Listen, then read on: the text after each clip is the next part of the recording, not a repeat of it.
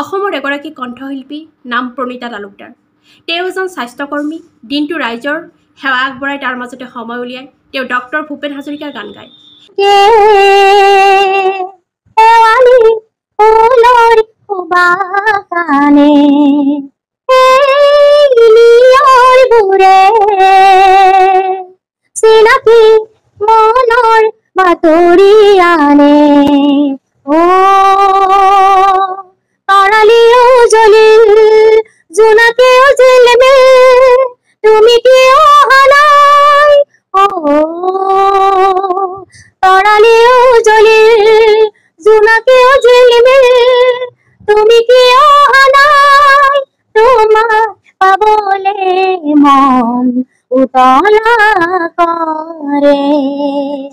আৰদি কুমাৰ জোনা মায়াৰে মন উতলা কৰে।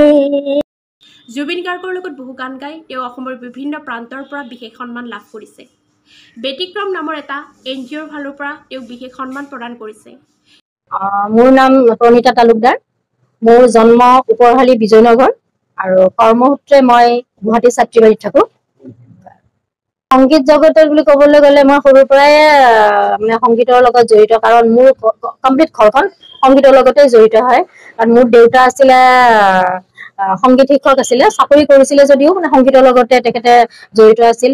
আৰু মোৰ দাদা অসীম তালুকদাৰ, তেখেত বৰ্তমান নাই, তেখেত ঢুকাইছে। তেওঁ সংগীতৰ লগতে আছিলে, তেখেত মিউজিচিয়ান আছিলে। মোৰ বাইদেউ গীতাৰাণী তালুকদাৰ, মোৰ ভাইটি জিতেন তালুকদাৰ আৰু মোৰ ভণ্টি কবিতা তালুকদাৰ, তাইও গায়। আমাৰ মানে সম্পূৰ্ণ ঘৰখন সংগীতৰ লগতে জড়িত আৰু তেনেকে মই আজিলৈকে মানে সংগীতটো মানে জীয়াই ৰাখিছো। আৰু ত্ৰিপুৰা মানে কি, মই ত্ৰিপুৰাত যোৱা সুবিধাটো মানে সৌভাগ্যটো হ'ল কেনেকে সেইটো অকমান কম। মানে মই প্ৰথমতে তাজ বিমানত অনুষ্ঠান এটা কৰিছিলো। তাত মোক ব্যতিক্ৰমৰ স্বত্বাধিকাৰী আপোনাৰ সুমন ভাৰতীয়দাই মোক মাতিছিলে, নিমন্ত্ৰণ কৰিছিলে। সেই মৰ্মে মই তাজ বিমানত প্ৰগ্ৰেমটো কৰিছিলো। তাৰপিছত সেই অনুষ্ঠানটো তেওঁলোকে মোক ভাল পালে, পাই পেলাই তেখেতে মোক আকৌ তেওঁৰ অফিচত মাতিলে।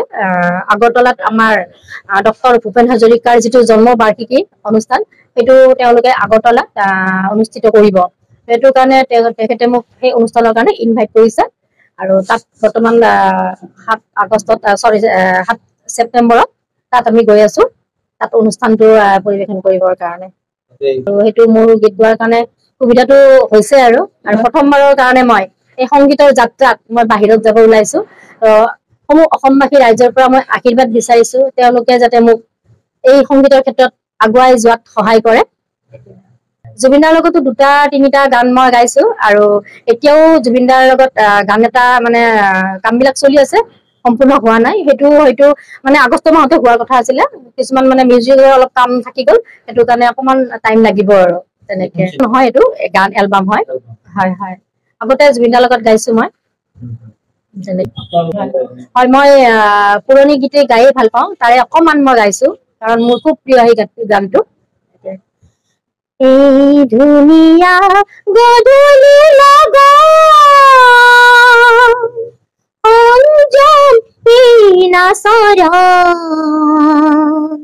সমাজৰ আৰতে নিয়ম ভাঙি দুয়োতে মগা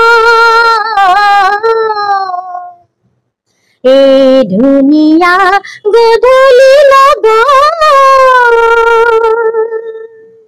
ধন্যবাদ।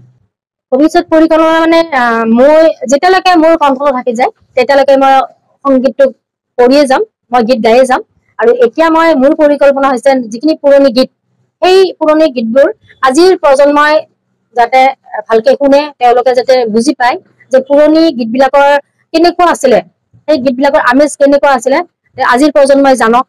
সেইটো কাৰণে মই পুৰণি গীতবিলাক এতিয়া নতুন প্ৰজন্মক মানে বুজাই দিয়াৰ কাৰণে মই গাব চেষ্টা কৰিছো। আৰু যিমানখিনি পাৰো মই তেনেকে পুৰণি গীতবিলাক কাভাৰ সং হিচাপে কৰিবলৈ মানে চেষ্টা কৰিম। আৰু হয় হয়, এইটো মোক প্ৰায় চেনেলৰ পৰাই সুধি আছে। এইটো মানে ক'বলৈ গ'লে মই যিটো মোৰ কৰ্মজীৱন, যিটো য'ত মই কাম কৰি আছো, চাকৰি কৰি আছো, সেইটোৰ লগত মোৰ সংগীতটো মই কেতিয়াও মই মানে একে নকৰো।